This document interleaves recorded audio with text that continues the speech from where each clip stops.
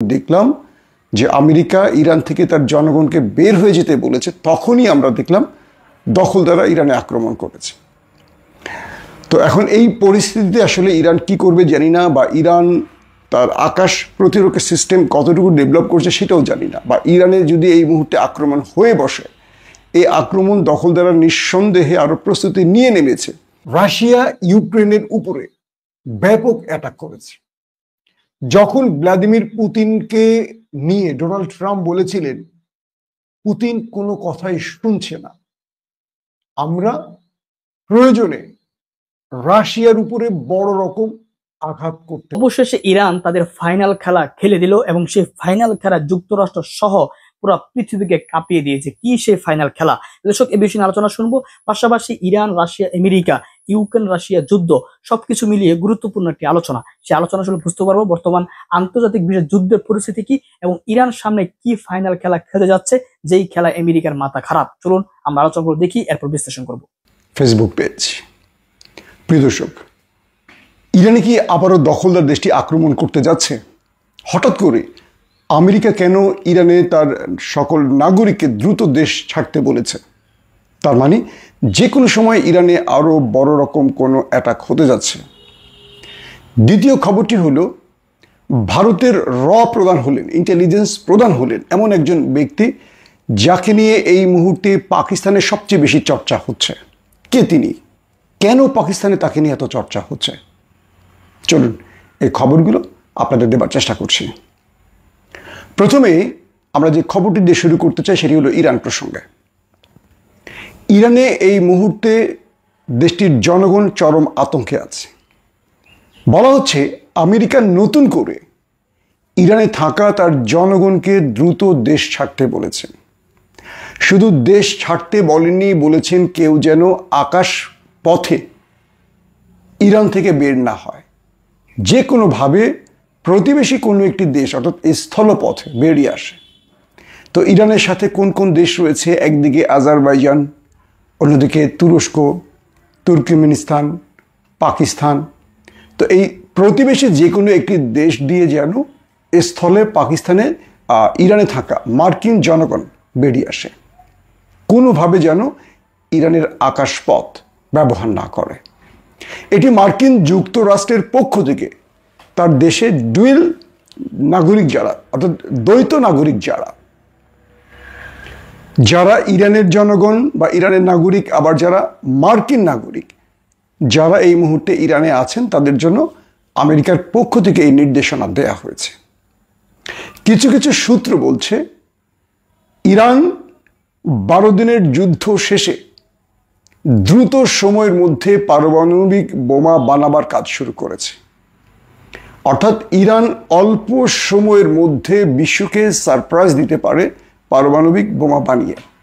হতে পারে ইরান এটি বানিয়ে ফেলেছে, একদম চূড়ান্ত ফাইনাল রাউন্ডে এটি রয়েছে, আর তাই দখলদার বা আমেরিকা ইরানে আক্রমণ করেছে, কারণ তাদের কাছে এই তথ্য আছে অবশ্যই। তো যেই সময়টা ইরানের নষ্ট হয়েছে এই 12 দিনের যুদ্ধে, এরপর ইরান তার ইউরেনিয়ামকে রক্ষা করতে পেরেছে, এটিও বলেছে। তো এখন বিভিন্ন সংস্থা বলছে, গণমাধ্যম বলছে, ইন্টেলিজেন্স অর্থাৎ গোয়েন্দা সংস্থাগুলোর যে বরাত দিয়ে সংবাদগুলো প্রকাশ হচ্ছে, সেখানে বলা হচ্ছে ইরান দ্রুত সময়ের মধ্যে তার পারমাণবিক বোমা বানাবার কাজ চালিয়ে যাচ্ছে। এবং এই সংস্থার যিনি প্রধান, আয়াতুল্লাহ আলী খামেনির উপদেষ্টা, প্রথমে যাকে বলা হয়েছিল তাকে দখলদাররা হত্যা করেছে, পরবর্তী দেখা গেছে তিনি আহত ছিলেন এবং জীবিত আছেন। তার মানে এই প্রকল্পের কাজ এখন চলছে। ইরানের গণমাধ্যমগুলো বলছে তারা শান্তিপূর্ণ পারমাণবিক কর্মসূচি চালিয়ে যাচ্ছেন। আর মধ্যপ্রাচ্য বিষয়ক গণমাধ্যমগুলো বলছে ইরান খুব অল্প দিনের মধ্যে বিশ্বকে সারপ্রাইজ দেবে, হয়তো পারমাণবিক শক্তিধর হয়ে। পাশাপাশি চীন, রাশিয়া ইরানকে এই ক্ষেত্রে ব্যাপক সহযোগিতা করছে এমনটিও বলা হচ্ছে। এখন প্রশ্ন হলো, ইরানের এই তথ্যগুলো নিঃসন্দেহে দখলদার দেশটির কাছে কিংবা সিআইএর হাত ধরে আমেরিকার কাছে পৌঁছে গেছে। আর যেহেতু আমেরিকা বা ইসরায়েল ইরানে যে অ্যাটাক করেছে এটি সফল অ্যাটাক হয়নি, তারা ব্যর্থ হয়েছে, তো তাদের এই বিশাল মাত্রায় আক্রমণে, বিশাল খরচ, এত দখলদার দেশটির মধ্যে যেই রকম কি বলবো ক্ষয়ক্ষতি হয়েছে, সব কিছু মিলে তারা যদি শেষ পর্যন্ত ইরানকে আটকে রাখতেই না পারলো, তাহলে তাদের পুরো এই কি বলবো যে তাদের এই যে যুদ্ধ, এত ক্ষয়ক্ষতি সব ব্যর্থতায় পর্যবেসিত হবে, পুরোটাই লস হয়ে যাবে। তাই বলা হচ্ছে যে কোনো সময় দখলদাররা ইরানে বড় রকম স্ট্রাইক চালাতে পারে। ইতিমধ্যে ইরানের রাষ্ট্র কর্তৃপক্ষ থেকে দাবি করা হয়েছে প্রতিবেশী রাষ্ট্রের ভেতর থেকে ছোট মাত্রায়, একদম খুব ক্ষুদ্র মাত্রার গোয়েন্দা ড্রোন ইরানে প্রবেশ করেছে। এগুলো অনেকটা মাছি বা মশা টাইপের আকৃতির। তো এগুলো ইরানের খুব সেন্সিটিভ অঞ্চলগুলোতে ঘুরেছে এবং এখান থেকে অনেক তথ্য উপাত্ত দখলদার দেশটিকে সাপ্লাই করেছে। তো ইরান যে অভিযোগটি করলো প্রতিবেশী রাষ্ট্র থেকে বা তাদের আকাশ ব্যবহার করে শত্রুদের ড্রোন বা বিভিন্ন কি বলবো আকাশযান ইরানের ভেতরে আক্রমণও করেছে এবং তারা গোয়েন্দা নজরদারি চালাচ্ছে, এই দেশটিকে উল্লেখ করার মানে যে দেশটিকে সন্দেহ করছে সেই দেশটি হলো আজারবাইজান। আপনারা জানেন যে আজারবাইজানের সাথে ইসরায়েলের রিলেশন খুবই ভালো। তো সব কিছু মিলে ইরানের ভেতরে আবারও বড় রকম আক্রমণ চালাতে পারে, এটা নিশ্চিত। এখন যদি প্রশ্ন করেন এই আক্রমণটা কবে হতে পারে, কখন হতে পারে, এটা নিশ্চিত করে বলা যাবে না। কিন্তু আমেরিকা যখন তার জনগণকে ইরান ছাড়তে বলেছে, তখন ধরে নিতে হবে আমেরিকার কাছে এই তথ্য আছে। আর ইসরায়েল তো আমেরিকাকে না বলে আক্রমণ করবেই না। এর আগেও আমরা যখন দেখলাম যে আমেরিকা ইরান থেকে তার জনগণকে বের হয়ে যেতে বলেছে, তখনই আমরা দেখলাম দখলদাররা ইরানে আক্রমণ করেছে। তো এখন এই পরিস্থিতিতে আসলে ইরান কি করবে জানি না, বা ইরান তার আকাশ প্রতিরক্ষা সিস্টেম কতটুকু ডেভেলপ করছে সেটাও জানি না, বা ইরানে যদি এই মুহূর্তে আক্রমণ হয়ে বসে, এই আক্রমণ দখলদাররা নিঃসন্দেহে আরও প্রস্তুতি নিয়ে নেমেছে। 12 দিনের যুদ্ধে তারা যে পরাজিত হয়েছে, তারা যে লজ্জা পেয়েছে, এই লজ্জা থেকে বাঁচার জন্য এবার তারা নিঃসন্দেহে আরও গুছিয়ে আসবে। ইরানের দুর্বল জায়গাগুলো তারা চিহ্নিত করে ফেলেছে এবং মোসাদের তাদের যে বেজগুলো আছে, মোসাদের ইরানের ভেতরে যে এজেন্সিগুলো আছে বা এজেন্টরা রয়েছে, তাদেরকে আরও বেশি অ্যাক্টিভ করেছে এবং সেই মোসাদ এজেন্টরা নিঃসন্দেহে এবার আরও বেশি প্রস্তুতি নিয়ে মাঠে নেমেছে। কারণ ইরান এখনও জানে না কারা মোসাদ এজেন্ট, যারা ধরা পড়েছে এরা খুব বড় মাত্রা মানে বড় মাপের নাকি এরা ছোট মাঠ লেভেলের। এমনও তো হতে পারে একদম রাষ্ট্রের সর্বোচ্চ পজিশনের অনেক গুরুত্বপূর্ণ ব্যক্তিরা মোসাদ এজেন্ট হিসেবে কাজ করছে, যাদেরকে এখনও ইরান চিহ্নিত করতে পারেনি।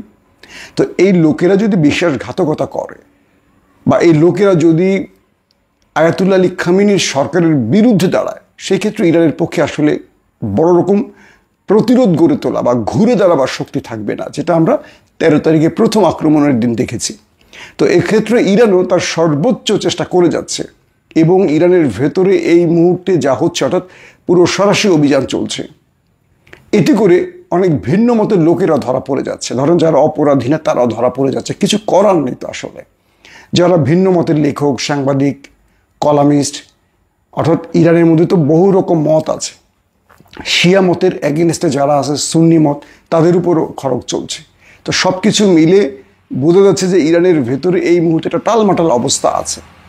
ইরান যত তারা বলুক আমরা ঐক্যবদ্ধ, কিন্তু ভেতরে যে গ্রুপটি দখলদারদের বা আমেরিকার হয়ে কাজ করছে, তাদের তো আসলে ঐক্যের ব্যাপার না। তাদের কাছে এখন ইরান ধ্বংস হওয়া বা ব্যক্তিগত লাভটাই গুরুত্বপূর্ণ।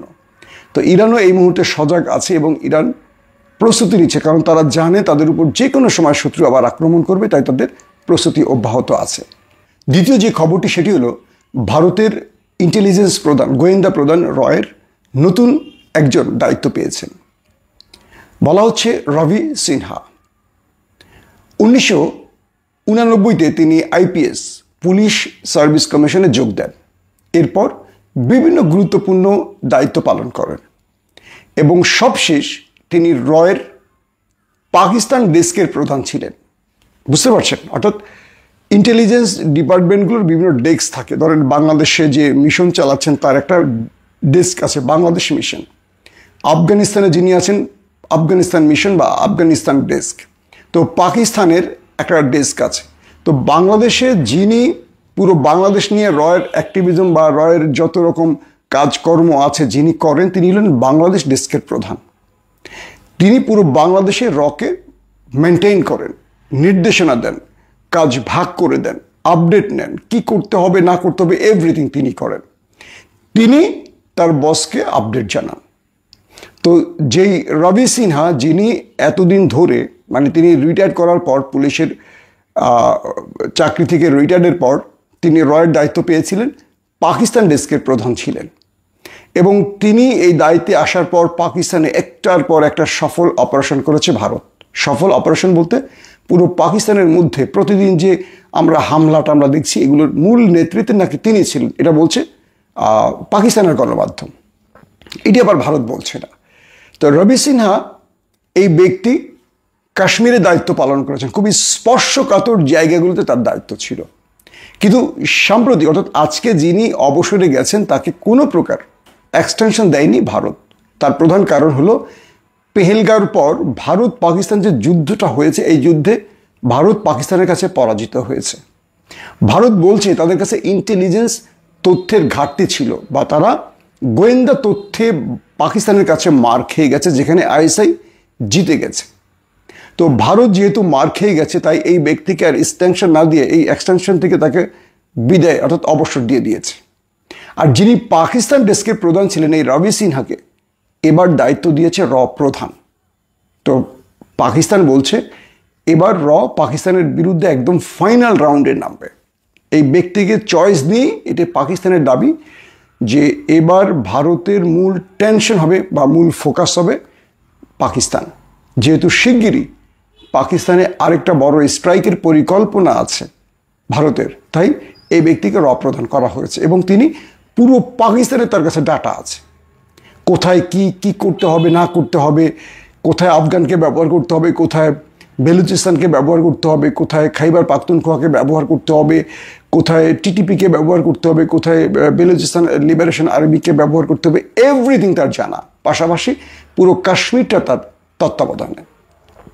তো এই রবি সিনহাকে নিয়ে এই মুহূর্তে খুব টেনশনে আছে পাকিস্তান, এবং বলা হচ্ছে আগামী দিন এই দুটো দেশের মধ্যে বৈরিতা, লড়াই, সংঘর্ষ হয়তো দেখতে যাচ্ছে দক্ষিণ এশিয়া।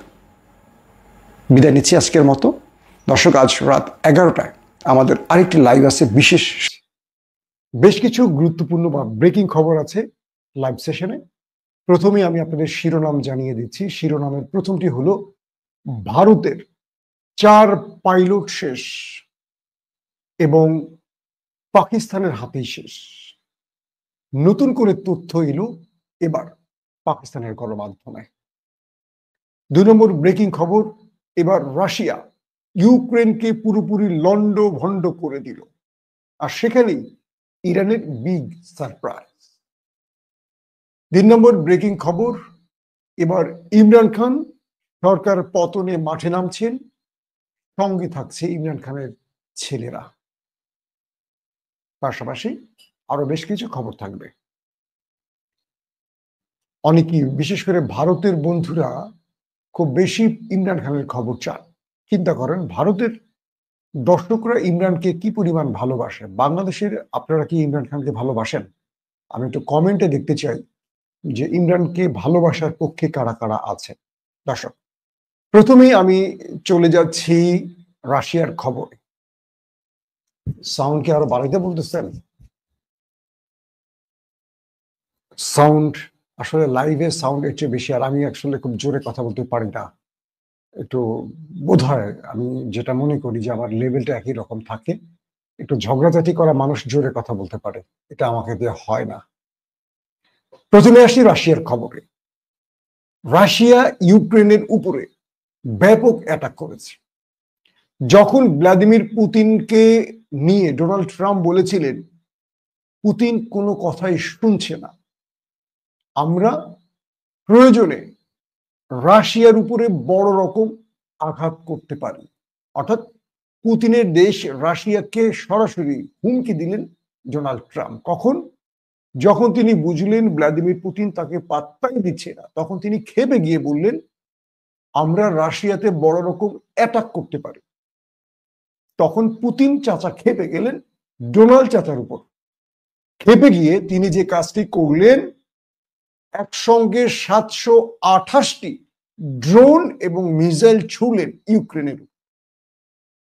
বিগত এই লম্বা কয়েক বছরের যুদ্ধে এত বড় অ্যাটাক ইউক্রেনে রাশিয়া চালায়নি।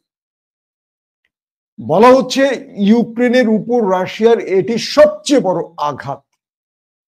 728টি ড্রোন এবং মিসাইল অ্যাটাক, এবং এই আঘাতে পুরো ইউক্রেন লন্ডভন্ড হয়ে গেছে।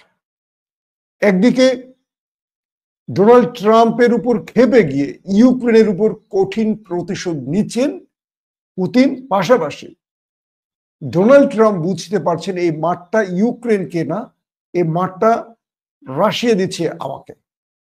অর্থাৎ যে মিস্টার কি বলে ডোনাল্ড ট্রাম্প, তিনি মনে করছেন যে তিনি বিশ্ব মোড়ল, তার কথায় পৃথিবী চলবে। কিন্তু ভ্লাদিমির পুতিনের কাছে গিয়ে তিনি যখন হিরো থেকে জিরো হয়ে যাচ্ছেন, তখনই মূলত তার এই রাগটা বেড়ে যাচ্ছে। যখনই তিনি রাশিয়াকে হুমকি দিলেন, রাশিয়া সেই মাইকটা ইউক্রেনকে দিয়ে বোঝালো যে তুমি কাকে হুমকি দিচ্ছ, বুঝতে পারছো? এই পরিস্থিতিতে ইউক্রেনের ভেতর থেকে যে খবর আসছে যে ইউক্রেনের যে অস্ত্র কারখানাগুলো বা পশ্চিমা দুনিয়া ইউক্রেনকে যে অস্ত্রগুলো দিচ্ছে, নেটো যে অস্ত্র দিচ্ছে, আমেরিকা বিলিয়ন বিলিয়ন বিলিয়ন ডলারের যে অস্ত্র পাঠাচ্ছে, এগুলো তো ইউক্রেনের বিভিন্ন গোপন জায়গায় রাখা হয়। রাশিয়া সেই জায়গাগুলোকে টার্গেট করে করে এবার মিসাইল দিয়ে, ড্রোন দিয়ে অ্যাটাক করছে। এবং রাশিয়া এই যুদ্ধের সময়, মানে রাশিয়া ইউক্রেনের এই লড়াইয়ের মধ্যেই ইরান দিল তার আরেকটি সারপ্রাইজ। কি সেটি? ইরান তার শাহেদ ড্রোন এবং মিসাইল এই দুটো রাশিয়াকে দিয়েছিল। এবং রাশিয়া যে ইউক্রেনে অ্যাটাকগুলো করছে এর অধিকাংশ হলো ইরানের ড্রোন এবং ইরানের মিসাইল। তো ইরান এটি দিয়ে ইসরায়েলকে বার্তা দিল, তুমি বুঝে নাও যে প্রতিদিন রাশিয়া যে 700, 800, 500 করে ড্রোন বা মিসাইল মারছে, এর অধিকাংশই আমরা দিচ্ছি। তার মানে আমাদের কাছে কত মজুদ আছে। কালকে ইরানের একজন সেনা কমান্ডার জেনারেল, তিনি বলেছিলেন যে ইরানে কি পরিমাণ ড্রোন বা মিসাইল আছে এটা আমরা নিজেরাই জানি না।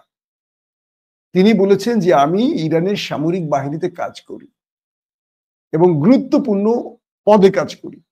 আমার নিজেরই ভূগর্ভস্থ ইরানের যে মিসাইল স্টোরেজ গুলো আছে, যেখানে মিসাইল গুলো রাখা আছে, রক্ষণাবেক্ষণ করা হচ্ছে, পুরোটা আমার এখনো ঘুরেই দেখা হয় নাই। বিষয়টা বুঝতে পারছেন? মানে একজন ইরানি জেনারেল নিজে বলছেন যে ইরানের মাটির নিচে বড় বড় বাংকার বা টানেলের মতো করে যে মিসাইল গুলো রাখা হয়েছে, পুরোটা তিনি নিজে ঘুরেই দেখতে পারেন না। তার মানে কত বড় আয়তনে এগুলো রাখা হয়েছে। এবং ইরান কেবল একটি জায়গাতে নয়, এটা ধরেন ফার্দোর আশেপাশে বা ইস্পাহান অথবা নাতাঞ্জ অথবা ধরেন তেহরান, যেটাই বলি না কেন, এরকম না। ইরান তার এই মিসাইল গুলোকে, ইরান তো আয়তনে অনেক বড় একটি দেশ, বিভিন্ন জায়গায় রেখেছে।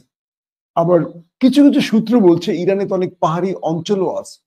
ইরান পাহাড় কেটে এমন ভাবে এই গোপন জায়গাগুলোতে এই মিসাইল গুলোকে রেখেছে যেটা ইরানের অনেক, মানে ইরানের অনেক সেনাবাহিনীর সদস্যরাও জানে না। তো সেটা মোসাদ তো আসলে জানার প্রশ্নই আসে না। আবার ইসরায়েল যে ইরানে আক্রমণ করেছিল এবং তারা দাবি করেছে তারা প্রচুর মিসাইল স্টোরেজ ধ্বংস করেছে, এগুলো অধিকাংশ ছিল ফেক।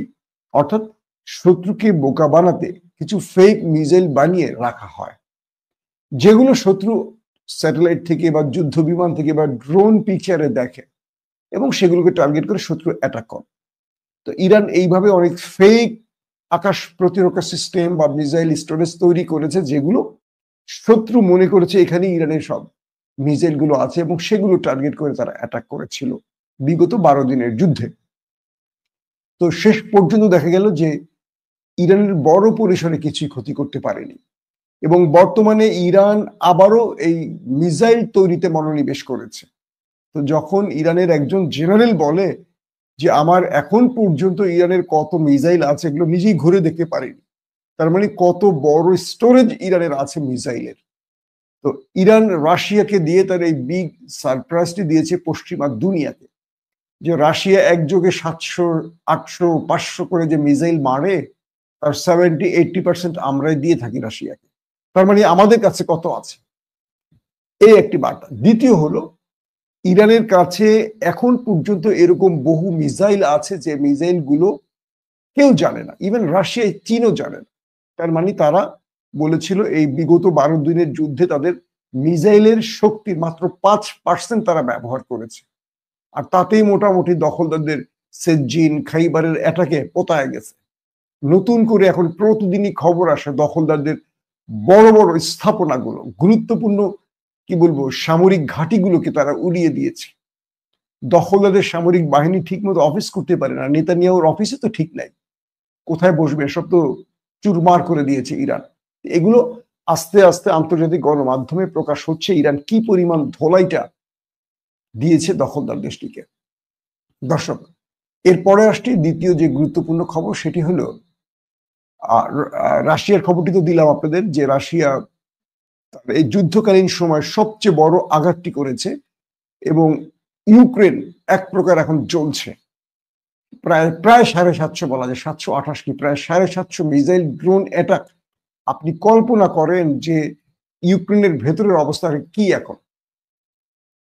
মিস্টার ভ্লাদিমির পুতিনের এই ক্ষোভ দেখে ভ্লাদিমির জেলেনস্কি ভাবছেন যে আমি বিচার দেই ট্রাম্পের কাছে, আর ট্রাম্প যখন পুতিনকে ফোন করে উল্টো পুতিন আরো বেশি ধোলাই দেয়। ঘটনা কি, মানে জেলেনস্কি এখন বেকু হয়ে গেছে যে কিরে, ট্রাম্পের তো পাত্তাই দেয় না, ট্রাম্পের দিছি বিচার মানে নালিশ দিছি, আর ট্রাম্পের নালিশের পর দেখে আরো ধোলাই বেশি খাই।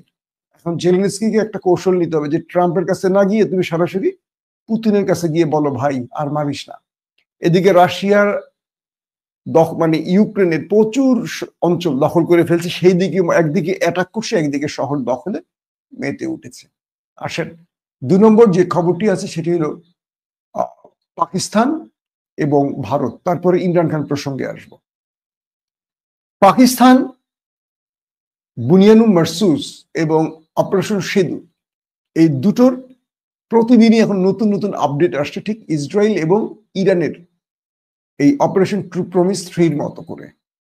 কিরকম, আজকের খবর এসছে যে রাজস্থানে পাকিস্তান ভারত সীমান্তের খুব কাছাকাছি একটি জায়গাতে একটি যুদ্ধ বিমান ধ্বংস হয়েছে, জাগুয়ার, এবং এই যুদ্ধ বিমান ধ্বংসে ভারতের 2 জন পাইলট নিহত হয়েছে। এটি ভারতের গণমাধ্যম স্বীকার করল, কিন্তু পাকিস্তানের ইন্টেলিজেন্স গুলো, পাকিস্তানের গণমাধ্যমগুলো বলছে এই জাগুয়ার যুদ্ধ বিমানে পাইলটের সিটে বসতে পারেন একজন। তো যে যুদ্ধ বিমানটিতে একজন পাইলট বসতে পারেন, সেই যুদ্ধ বিমান বিধ্বস্ত হলে 2 জন পাইলট মারা গেল কি করে? এই একটি প্রশ্ন থেকেই আজকে বিগ কয়েকটি কি বলবো ব্রেকিং খবর বেরিয়ে এসছে। যে ব্রেকিং খবরটি বেরিয়ে আসছে তার একটি হলো যে বুনিয়ানুম মারসুসে, মানে পাকিস্তানের অপারেশন বুনিয়ানুম মারসুসে ভারত তার 250-র অধিক সেনা হারিয়েছে, কিন্তু ভারত প্রকাশ্যে স্বীকার করেনি তাদের কতটি বিমান, যুদ্ধ বিমান ধ্বংস হয়েছে। তবে ভারতের বা ফ্রান্সের বা ভারতের বিভিন্ন জেনারেলদের তাদের বিভিন্ন বক্তব্যে বেরিয়ে আসছে যে হ্যাঁ, পাকিস্তানের হাতে তাদের অনেকগুলো যুদ্ধ বিমান বিধ্বস্ত হয়েছে। সংখ্যাটা তারা কনফার্ম বলে না, মানে সংখ্যাটাকে তারা একটু গোপন রেখে বলার চেষ্টা করে। তো আজকে যখন এই যুদ্ধ বিমানটি বিধ্বস্ত হওয়ার সঙ্গে যে যুদ্ধ বিমানে একজন পাইলট বসতে পারেন, সেখানে 2 জন পাইলটের নিহতের পর পাকিস্তান এটাকে নিয়ে গবেষণা করলো এবং কিছু ভয়ঙ্কর তথ্য পেল। সেটা কি, পাকিস্তান যে ভারতকে ধোলাইটা দিল, সে সময় 3টি রাফায়েল বিধ্বস্ত হয়েছে, মানে ধ্বংস হয়েছে। তো বলা হচ্ছে যে এই 3টি রাফায়েলের 3 জন পাইলটই মারা গেছে। যে খবরগুলো এসেছিল যে তারা প্যারাসুট দিয়ে নেমে গেছে, বেঁচে গেছে, এই খবরগুলো ভুল ছিল। এগুলো অন্য বিমানের পাইলট, এর মধ্যে নারী একজন ছিল এবং আরেকজন পুরুষ ছিল, যারা পাকিস্তানের কাছে জিম্মি আছে বা হয়তোবা কোন একটি ভাবে সেটিকে এখন ফেরত দিয়েছে কিনা এটা কোনো ওইভাবে গণমাধ্যমে আসেনি। তো বলা হচ্ছে যে তখন প্রশ্ন উঠেছিল যে রাফায়েলের যে বিধ্বস্ত হয়েছে এই পাইলটরা কি কোথায় আছে, তখন বলা হয়েছিল বেঁচে গেছে। কিন্তু এখন প্রকাশ হচ্ছে যে না, রাফায়েল যারা মুভ করছিলেন, যে পাইলটরা চালিয়েছিলেন, সেই পাইলট 3জন পাইলটই মারা গেছে। তো যেহেতু রাফায়েল বিধ্বস্ত হয়েছে এটা স্বীকার করেনি, তাই পাইলটের প্রশ্নটিও স্বীকারোক্তিতে আসেনি ভারতে।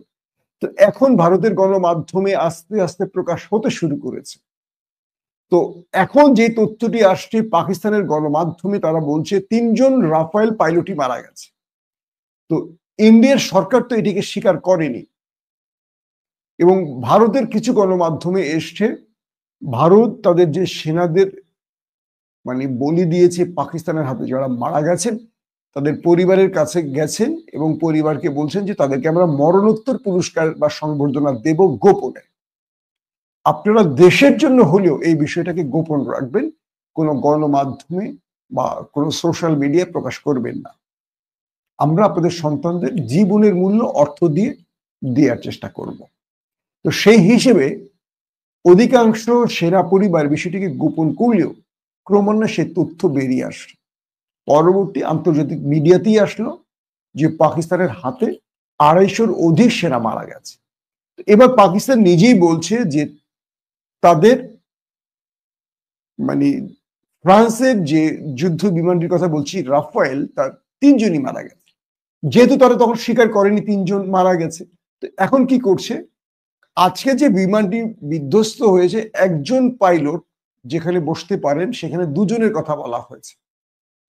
তো বলা হচ্ছে যে আগে যে পাইলটরা প্রাণ হারিয়েছেন তাদের একজনকে আজকের মধ্যে ঢুকিয়ে দেয়া হয়েছে, অর্থাৎ একজন পাইলট যে পূর্বে বুনিয়ানু মারসুসে মারা গেছেন পাকিস্তানের হাতে, তাকে আজকে যোগ করে দেয়া হয়েছে।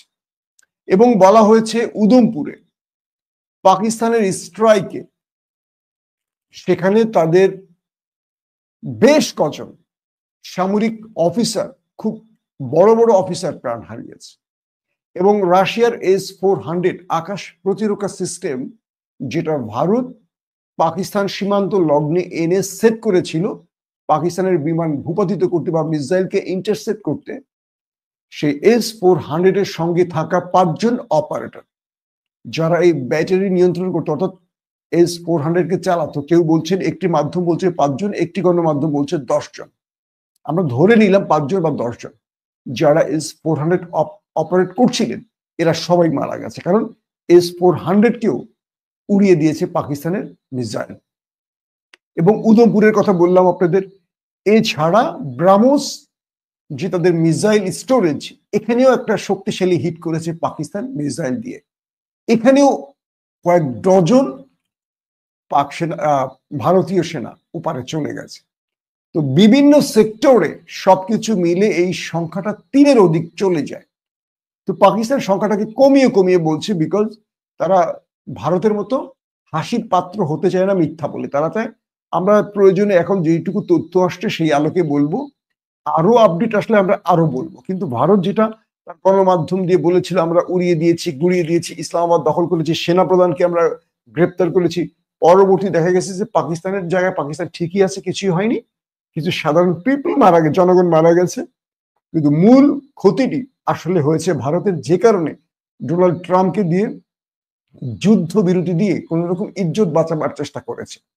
তো এবার যে তথ্যগুলো পাকিস্তানের গণমাধ্যম দিচ্ছে এবং সেই তথ্যের আলোকে বোঝা যাচ্ছে পাক ভারত যুদ্ধে ভারত কত বড় ক্ষতির মুখে পড়েছে, এবং অভ্যন্তরীণ ভাবে নরেন্দ্র মোদী এই মুহূর্তে অনেক বড় চাপে আছে। বিরোধী দলগুলো বারবারই বলছে আমাদের কত সেনা মারা গেছে তাদের নাম প্রকাশ করুন, আমাদের কি কি সামরিক অস্ত্র যুদ্ধ বিমান, প্রতিরক্ষা সিস্টেম বা কি কি মিসাইল ধ্বংস হয়েছে তার প্রমাণ সহ আমাদের জানান। কিন্তু নরেন্দ্র মোদী এই বিষয়টি জানালে তো তার ইজ্জত শেষ হয়ে যাবে, তার রাজনীতি শেষ হয়ে যাবে, কারণ এই যুদ্ধটা তিনি নিজে শুরু করেছিলেন। পেহেলগাঁর ঘটনার পর তথ্য প্রমাণ ছাড়া পাকিস্তানের উপর নিজে ঝেঁচে স্ট্রাইক চালিয়েছেন। তখন পাকিস্তান বলেছিল যে কোনো প্রমাণ ছাড়া আন্তর্জাতিক তদন্ত ছাড়া মন গড়া কোনো তথ্যের আলোকে পাকিস্তানের উপর স্ট্রাইক করো না ভারত। যদি করো আমরা যে রিটালিয়েট করব এটা তোমরা সহ্য করতে পারবে না। এবং পাকিস্তান সেটা করে দেখিয়েছে তাদের দেশটিকে। ফলশ্রুতিতে এখন বড় রকম চাপে পড়ে গেছে নরেন্দ্র মোদী, তার রাজনীতির ইতি ঘটতে যাচ্ছে। আসেন 3 নম্বর গুরুত্বপূর্ণ খবর। ইমরান খান তার আডিয়ালা জেল থেকে বার্তা পাঠিয়েছেন তার নেতা এবং কর্মীদের উদ্দেশ্যে। তিনি তার পাকিস্তানি ন্যাশনকে বলেছেন যে আমি প্রায় 2 বছর, আগামী মাসের 5 তারিখে 2 বছর পূর্ণ হবে, আগস্ট 5। তো বলা হচ্ছে যে আমি এই 2 বছর জেলে আছি, কিন্তু আমি জেলে নেই, আমি স্বাধীন, মুক্ত। জেলে আছেন আপনারা। পাকিস্তানের জেলখানাটাই বরং স্বাধীন, কিন্তু পাকিস্তানের যারা বাইরে আছেন তারাই জেলে আছেন। এই জেলটি ইস্টাবলিশমেন্ট এবং একটি অবৈধ সরকারের জেল, যেখানে অনেকটা উদাহরণ দিয়ে যদি বলি শেখ হাসিনার মতো আর কি। মানুষ তার সন্তান পুলিশ তুলে নিয়ে গেলে দোয়া করতো, আল্লাহ আমার ছেলেকে অ্যারেস্ট দেখাও, আমার ছেলেকে গ্রেফতার দেখাও। মানে গ্রেফতার দেখালে অ্যাটলিস্ট আমার ছেলেরা বেঁচে যাবে, কিন্তু গুম দেখালে ছেলেরা ক্রস ফায়ার বা এনকাউন্টারে মারা যেতে পারে। তাই আমরা আমাদের কোনো স্বজন ধরা পড়লে শুধু অপেক্ষা থাকতাম আল্লাহ, মানে সে বেরিয়ে আসুক, মুক্ত হতাম, চলতাম আল্লাহ, সেজন্য পুলিশে তারা গ্রেফতার দেখায়, সেজন্য গ্রেফতার হয়, আদালতে নেয়, বা অ্যাটলিস্ট পুলিশের কাছে আছে, বেঁচে আছে, পুলিশ স্বীকার করুক, তাহলে আর মারবে না। তো পাকিস্তানের অবস্থাটা এরকম হয়ে গেছে। ইন্টেলিজেন্স গুলো পিটিআই কে এমন ভাবে প্রেসার তৈরি করছে, তার উপর এমন দমন পীড়ন করছে, যেটা ভয়াবহ আকার ধারণ করছে। যদিও হাসিনার মতো ক্রস ফায়ার গুমটা হচ্ছে না, অর্থাৎ পাকিস্তানে খুব কমই আমরা শুনি হ্যাঁ তুলে নিয়ে যায়, পরবর্তী আদালতে দেয়া হয়, মানে গুম করে মেরে ফেলছে, নদী নালায় লাশ পাওয়া গেছে, এটা পাকিস্তানে খুব কম। ক্রস ফায়ার তো নাই। এটি বাংলাদেশ আরো অ্যাগ্রেসিভ ছিল। তো ইমরান খান বললেন, আমার পাকিস্তানি জাতি, তোমরা যদি স্বাধীনতা পেতে চাও, তোমরা যদি পরাধীনতার হাত থেকে বাঁচতে চাও, তাহলে তোমরা আন্দোলনে নামো, একটা ইতিহাস তৈরি করো, তোমরা তোমাদের রেশন জড়ো করো, মানে খাদ্য, একটা বড় লড়াইয়ের জন্য, একটা বড় আন্দোলনের জন্য মাঠে নামো। তার আগে তোমরা তোমাদের ঘরে খাবার মজুত করো, সরকারকে সব রকম সহযোগিতা বন্ধ করে দাও, রাস্তা বন্ধ করে দাও, শিল্প কারখানা সবকিছু বন্ধ করে দাও। অর্থাৎ পুরো পাকিস্তানি জাতি যদি এই মুহূর্তে এই সরকারকে সহযোগিতার সকল রাস্তা বন্ধ করে দেয়, আমরা, আপনার মনে আছে হাসিনার শেষ সময়টা আমরা করেছি, ঘোষণা এসেছিল কোনো রেমিটেন্স পাঠানো হবে না, সকল অফিস আদালত বন্ধের ঘোষণা এসেছিল, ঠিক পাকিস্তান সেই দিকটাতে যাচ্ছে। ইমরান খান বলছে যে সবচেয়ে বড় কারাগার হলো পাকিস্তানের, মানে 25 কোটি মানুষ যে জেলের বাইরে যে জগৎটাতে আছে, সেটাই হলো বড় কারাগার। এখন তোমাদের সামনে সবচেয়ে বড় পরীক্ষা হলো তোমরা রাজপথে নামো, তোমরা নিজেদেরকে মুক্ত করো। তোমাদের মুক্তির জন্য আমি জেলখানায় আছি, আমি 2 বছর জেলখানায় আছি কেবল তোমাদের মুক্তির জন্য। আমি চাইলে 10 মিনিটে বেরিয়ে আসতে পারি ওদের সাথে আপোষ করে, কিন্তু তোমাদেরকে আমি একটি স্বাধীন মানচিত্র দিতে চাই, তোমাদেরকে পরাধীনতার হাত থেকে বাঁচাতে চাই। তাই 2 বছর আমি জেলে আছি, এবার তোমরা ঘুম ভেঙে নামো। এবং তিনি তার নেতাদের উদ্দেশ্য করে বলেছেন, যারা এই আন্দোলন চালিয়ে যেতে পারবেন, যারা সরকার বিরোধী এই আন্দোলন চালাতে পারবেন, তারাই নেতৃত্ব দেবেন, যারা পারবেন না তারা দল থেকে ইস্তফা দিয়ে চলে যান। যারা এস্টাবলিশমেন্টের সাথে নেপথ্যে বসে কি বলবো যোগ সাজস করছেন বা নিজের রাজনীতি বা নিজের গদি বাঁচাতে চাইছেন, পিটিএর যেসব নেতারা, তাদেরকে উদ্দেশ্য করে ইমরান খান স্পষ্ট করে বলেছেন যে তোমরা যদি এই আন্দোলন চালাতে না পারো চলে যাও, কারণ পাকিস্তানের জাতি ওই সকল নেতৃত্বের পিছনে ছুটবে না যারা ইস্টাবলিশমেন্টের সাথে গোপনে আতাত করে আন্দোলনকে ব্যর্থ করে। অর্থাৎ ইমরান খান তার জনগণকে এবার মাঠে নামতে বলছেন বড় একটি সরকার পতনের আন্দোলনের জন্য। অনেকগুলো কথা বলেছেন ইমরান খান, আমি ডিটেল না বলি মূল কথাটুকু বলেছি। শেষ যে কথাটি সেটি হলো, ইমরান খানের ছেলেরা এবার আন্তর্জাতিক ফোরামে যাচ্ছেন তার বাবা সাবেক প্রধানমন্ত্রী ইমরান খানের জন্য। অর্থাৎ তার ছেলে সুলাইমান এবং কাসিম খান দুজনেই আমেরিকা, জাতিসংঘ থেকে শুরু করে বিভিন্ন আন্তর্জাতিক ফোরামে এবার নামছেন বাবার জন্য, এবং তারা পাকিস্তানে আসবেন তার বাবার মুক্তির জন্য একটা বড় আন্দোলন তৈরি করার জন্য। এবং বলা হচ্ছে যে পাকিস্তানে ইমরান খানের এই ছেলেরা, যে দুই ছেলে আছে কাসিম এবং সুলাইমান, এই দুইজনের উপর অনেক কিছু এখন নির্ভর করছে। হয়তো তারা পাকিস্তানে আসলে পিটিএর এই চেহারা পরিবর্তন হয়ে যাবে, কারণ পিটিএর ভেতরে এখন একটা গ্রুপ আছে যারা ক্ষমতার স্বাদ পেয়ে গেছে। তারা ইমরানকে বলছেন একটা, আর গোপনে সেনাবাহিনীর সাথে আতাত করে চলছেন। তো ইমরান খান বিষয়টি বুঝতে পারছেন, কিন্তু জেলে থাকার কারণে অনেক কিছু করতে পারছেন না, যেটা তারেক রহমানের ক্ষেত্রে হয়। তিনি বোঝেন অনেক কিছু কিন্তু করতে পারেন না, কারণ তিনি দেশে নেই, আর তার মা ছিল জেলে, এখন তার মা অসুস্থ। চাইলেই তিনি অনেক কিছু পরিবর্তন করতে পারেন না। তো ইমরান খানের জায়গাটা এমন। তাই এবার ইমরান খানের মুক্তির জন্য হয়তোবা রাজনীতিতে আসবে না তার ছেলেরা, কিন্তু ইমরান খানের মুক্তির জন্য তার ছেলেরা এবার আন্তর্জাতিক ফোরামে, সেটা ব্রিটিশ ফোরামে যাবে, আমেরিকান ফোরামে যাবে, জাতিসংঘের ফোরামে যাবে, এবং তারা পাকিস্তানে প্রবেশ করবে তার বাবার মুক্তি আন্দোলনের জন্য। দর্শক, আলোচনাগুলো দেখেছেন, দেখে বুঝতে পেরেছেন যে আসলে মানে ইরান কি করতে চাচ্ছে। ইরান শুরু থেকেই কিন্তু যা কিছু করে সবকিছুতে কিন্তু মাথা খারাপ হয়ে যাচ্ছে। সবকিছুতে যুক্তরাষ্ট্র বাড়তি চিন্তা ভাবনা যুক্ত হচ্ছে যে ইরান এতটা শক্তিশালী, এত বড় মিসাইল কোথায় পেলো।